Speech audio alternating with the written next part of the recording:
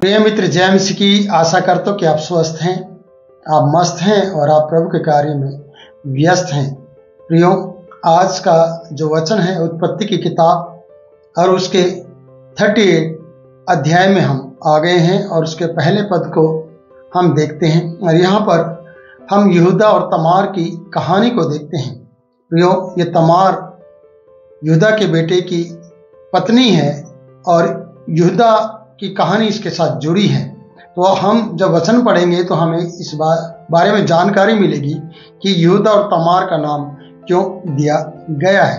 प्रियो, पिछले दिनों में हमने यूसुफ की कहानी को देखा है और यूसुफ बेच दिया गया है भाइयों के द्वारा और यहूदा ने कहा कि इसे बेच देते हैं इस्माइलियों के हाथ और मिद्यानियों के हाथ, और उसको बेचा गया है। और वो कहानी इस अध्याय में आगे बढ़नी चाहिए थी कि 37 से 38 में, लेकिन यहाँ पर यहूदा और तमार की कहानी को ले लिया गया है। और जब हम 39 अध्याय में जाएंगे तो हम फिर से यूसुफ की कहानी को देखने पाएंगे। तो ये अध्याय बड़ा अजीब तरीके का हमें लगता है और इस अध्याय में एक कहानी को हम देखते हैं। प्रियो, ये वो यहूदा है जिसने अपने भाई को बेचा है। ये वो यहूदा है जो लिया के से पैदा हुआ है याकूब के द्वारा।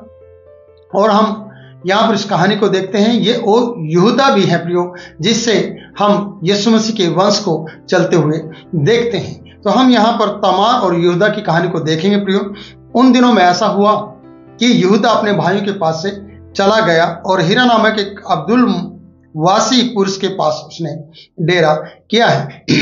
कहानी इस प्रकार से है कि वो अपने भाइयों के पास से अलग हो गया है। उसका पिता शोक कर रहा था, विलाप कर रहा था और भाई भी अलग अलग हो गए हैं और यहूदा अपनी जगह से इनके पास से जाकर कहीं और जा रहा है। और यहाँ बताया गया है कि वो हीरा नामक एक अदुल्लाम वासी पुरुष के पास उसने डेरा किया है और वहां वो गया और यहूदा ने सुवा नामक एक कनानी पुरुष की बेटी को देखा और उस पर उसने अपने दिल को लगाया और हम ऐसा कहेंगे कि उससे विवाह करके उसके पास गया। जबकि बाइबल हमें अन्य जाति में विवाह करने के लिए मना करती है और मैं ऐसा कहना चाहूंगा कि ऑलरेडी परमेश्वर यूसुफ को इन लोगों के हाथों के द्वारा बेचकर कनानियों से अलग रखना चाहता है और यूसुफ के द्वारा इजराइल की और ज्यादा बढ़ोतरी करना चाहता है, क्योंकि कनानियों का जो चाल चलन है, कनानियों की जो बातचीत है वो इजराइल के साथ या याकूब के घराने के साथ मेल नहीं खाती है। लेकिन इन परिवारों ने भी जो एसाव ने गड़बड़ की थी कनानियों में विवाह करके, उसी प्रकार से यहूदा ने भी ऐसा किया है। तो सुआ नामक एक कनानी पुरुष की बेटी को इसने देखा और उससे विवाह कर लिया और वह गर्भवती हुई और पहला बेटा उससे एर पैदा हुआ। और उसके बाद बताया जाता है कि दूसरा बेटा हुआ, उसका नाम ओनान रखा गया और तीसरा बेटा सेला रखा गया और 3 पुत्र उसके हुए और इस प्रकार उनका जन्म हुआ। और उस समय यहूदा का जीम में रहता था और यहूदा ने तमार नामक एक स्त्री से अपने बेटे जेठे एर की शादी कर दी। जो उसका बेटा जेठा बेटा था उसका नाम एर था और उसने तमार नामक एक स्त्री से उसका विवाह कर दिया। और यहां पर हम आगे बढ़ेंगे और यहूदा ने तमार नामक एक स्त्री से अपने जेठे पुत्र का विवाह किया, परंतु यहूदा का जेठा एर जो यहोवा के लेखे में दुष्ट था, इसलिए यहोवा ने उसको मार डाला। विवाह हुआ, यहूदा ने उसका विवाह किया और वो परमेश्वर के लेखे में अच्छा व्यक्ति नहीं था और परमेश्वर ने उसे मार दिया। और इस प्रकार से जो तमार है उसका पति नहीं रहा। और हम पुराने नियम में या अपने संसार में रहते इस प्रकार से देखते हैं, पुराने समय से देखते आ रहे हैं कि अगर भाई मर जाए तो बोझाई का या देवर का फर्ज दूसरे बेटे को निभाना पड़ता है। और यहाँ पर दूसरे बेटे को फर्ज निभाने के लिए यहूदा ने अपने बेटे को ओनान को कहा कि वो अपनी बोझाई का धर्म पूरा करके अपने भाई के लिए संतान उत्पन्न करे। और यहाँ आगे पढ़ेंगे, ओनान जानता था कि यह संतान मेरी ना ठहरेगी, इसलिए उसने अपना टाइम पास किया, उसके साथ सोया और अपने बीज को या वीर्य को भूमि पर गिराकर तहस नहस किया या कहेंगे नष्ट कर दिया ताकि उसका वंश ना चले, क्योंकि वो जानता था कि मेरे द्वारा जो पुत्र उत्पन्न होगा वो मेरे भाई का कहलाएगा और वो मेरा पुत्र नहीं कहलाएगा। इस प्रकार से वचन बता रहा है कि यह काम जो उसने किया उससे यहोवा अप्रसन्न हुआ और उसने उसको भी मार डाला। प्रियो, पहला दुष्ट था एर, जो परमेश्वर के लेखे में अच्छा नहीं था, परमेश्वर ने उसे वैसे ही मार दिया। अब ये ठीक था, लेकिन इसने परमेश्वर की नजर में गलत कर दिया, इसलिए परमेश्वर ने इसे मार दिया। प्रियो, जब हम इस प्रकार के संसार में रहते हुए, आज के संसार में रहते हुए ऐसे यौन कार्यों को देखते हैं, जो यौन कार्य होते हैं, जो जवान अपनी जवानी के दिनों में अपने बीज को खराब करते फिरते हैं या पाप में अपने जीवन बिताते हैं, और ऐसी बहुत से लोग हैं जो संसार में यौन संबंध बनाते हैं, जैसे कि हम संसार में देखते हैं। तो यहाँ पर मैं एक कहानी से ये बताना चाहता हूँ कि ओनान ने ऐसा करके परमेश्वर के लेखे में बुरा किया और परमेश्वर ने इसे मार दिया। प्रियो, जो बीज हमारा परमेश्वर की ओर से हमारे देह में दिया गया है, पुत्रों को मैं कहना चाहता हूं, वो परमेश्वर की ओर से एक आशीष है। परमेश्वर उसके द्वारा पृथ्वी पर बहुत सी संतानें देना चाहता है, और उसको अगर भूमि पर गिराकर नष्ट किया जाए तो परमेश्वर को क्रोध आता है।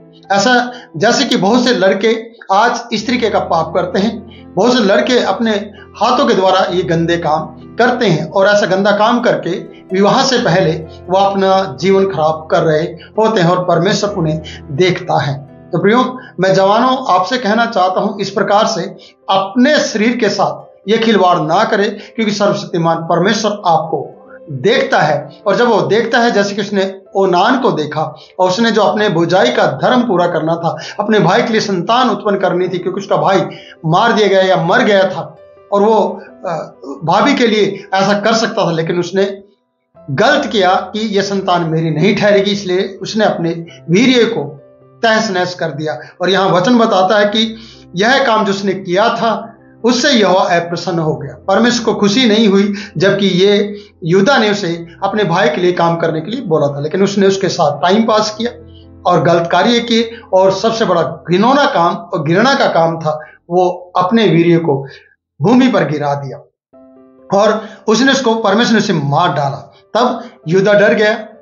अक्सर डरने की बात है कि यहां लिखा है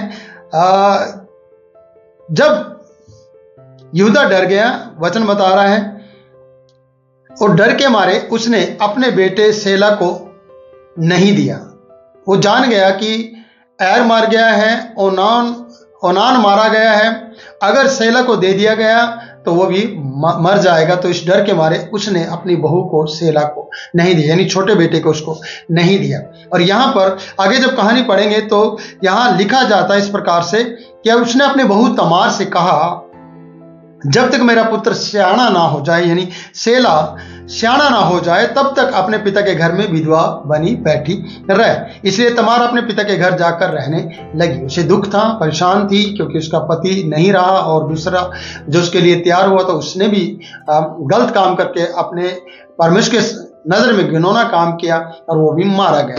और यूदा भी डर गया, क्योंकि उसके 2 पुत्र मारे गए थे, और उसके नजर में अब ये बेटा बचा था, जो छोटा बेटा था। उसकी पत्नी ऑलरेडी मर चुकी थी, और वह अब यहाँ इस बेटे को देख रहा था। हम आगे जब कहानी को पढ़ेंगे तो उसकी सेला की पत्नी को या माँ को और यूदा की पत्नी को मरा हुआ देखते हैं। 12 पद हमें बता रहा है, बहुत समय के बीतने पर यूदा की पत्नी जो सुआ की बेटी थी वह मर गई, और यूदा शोक के दिन तक बीतने पर अपने मित्र हीरा अब्दुल्लुम वासी समेत अपनी भेड़ बकरियों को ऊन कतरने के लिए तिम्नात को गया।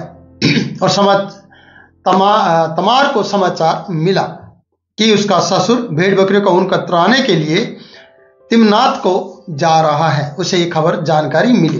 प्रियो, अब उसका पत्नी नहीं रही, उसने अपना बेटा अपनी बहू को नहीं दिया, और बहुत साल बीत गए हैं, और उसे जानकारी मिली है गांव वालों की तरफ से, क्योंकि गांव वाले चाहते थे कि इस बेटी के लिए उसका ससुर कुछ काम करे या उसके बेटे को उसको दिया जाए। तो गांव वालों ने उसे ये खबर दी, और बताया नहीं गया कि किसने यहूदा की खबर दी है, पर गांव वालों ने उसे खबर दी, क्योंकि गांव वाले अपनी बेटी की चिंता में थे, और गांव वालों ने इस बात का फर्ज निभाया कि उसका ससुर इस गांव में आ रहा है या तिम्नात को जा रहा है, इसलिए वो अपना हक मांगे और अपने हक को पूरा करे, और वो अपनी बात को उसके सामने रखे। तो प्रियो, हम जब आगे पढ़ेंगे तो मैं इस बात को कहूंगा कि हम इस कहानी को आगे निरंतर बढ़ाते रहेंगे और अगली वीडियो में इन बातों को हम क्लियर करेंगे। पर इस वीडियो में मैं इतना कहना चाहता हूँ कि जवान अपनी जवानी के दिनों में अपने सृजनहार को याद रखें, पाप ना करें,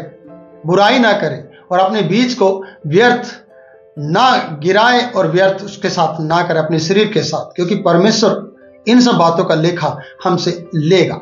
इसलिए सावधान रहें कि परमेश्वर आपसे प्रेम करता है, परमेश्वर आपको चाहता है, परमेश्वर ने जो आपको आज्ञा दी है उसे आप करें और अपनी जवानी के दिन में सृजनहार को याद करें, क्योंकि बुढ़ापे के दिन आने से पहले बहुत सी बातें आपकी जिंदगी में घटना शुरू हो जाएंगी। और अपनी जवानी के दिनों में अगर आपने परमेश्वर को याद रखा और परमेश्वर ने आपके ऊपर अनुग्रह किया और परमेश्वर ने आपको अच्छा जीवन साथी दिया, तो प्रियो परमेश्वर की ओर से आप उसके साथ अच्छे से अपने दिन बिताने पाएंगे, क्योंकि अपनी प्यारी पत्नी के संग जीना ही आशीष का कारण बन जाता है। तो प्रभु आपको इन वचनों के द्वारा बहुतायत से आशीष दे।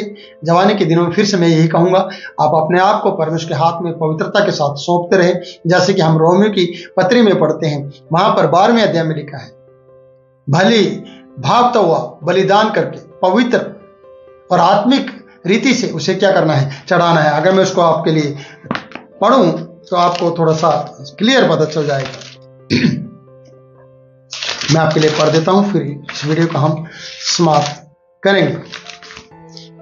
रोमियो उसका 12 अध्याय और उसका पहला पद हमें बताता है, इसलिए हे भाइयों विनती की जाती है, मैं तुमसे परमेश्वर की दया स्मरण दिलाकर विनती करता हूं कि अपने शरीरों को जीवित और पवित्र और परमेश्वर को भावता हुआ बलिदान करके चढ़ाओ, यह तुम्हारी आत्मिक सेवा है।